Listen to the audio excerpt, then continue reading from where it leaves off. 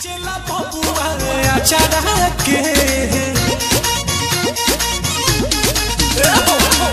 बाली तबाह तो छोड़ेला ना बाह खिचला बबुआ अचारा के काहे बड़ हऊ खमह जल सहिया लही का खिला है की तहरा के काहे बड़ हऊ खमह जल सहिया लही का खिला है की तहरा के